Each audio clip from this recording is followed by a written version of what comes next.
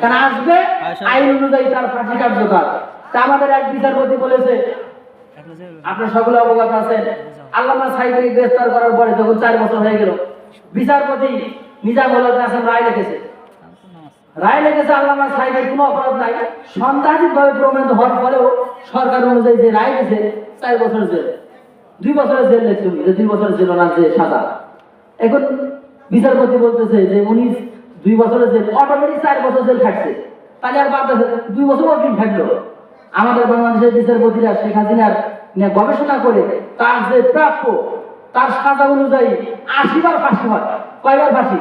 একবার ফাঁসি দিলে তার কিছু থাকে, অথচ ফাঁসি লিখছে রায় যে 80 বার ফাঁসি হবে। তাহলে বলে আর নেতারা যারা আছে এদের তাই এদের 40 বছর দেওয়া দরকার।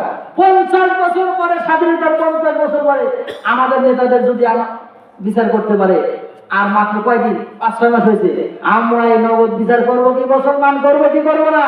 কাজে কোনো ছাড় দেওয়া হবে না ইনশাআল্লাহ। বাংলার জমিন আমাদের যেরকম ভাবে আমার আলেমদের ভাইদেরকে হত্যা করেছে, আমরা এদেরকে ছাড়বো না ইনশাআল্লাহ। বাংলার জমিনে তাদের বিচার হবে। মুসলমান ভাইরা আমার বলতেছিলাম, শীতের মাসে যদি আল্লাহর কোনো বান্দা আল্লাহর নবী বলেন 5টা আমল করতে পারে, তার জন্য আল্লাহ রাব্বুল আলামিন জান্নাতটা সাজিয়ে রেখেছেন। জোরে বলেন না সুবহানাল্লাহ। আল্লাহর নবী হাদিস শরীফের ভিতরে বলেন, ইন্নাল জান্নাতা তাস্তাগু ইলা খামসাতি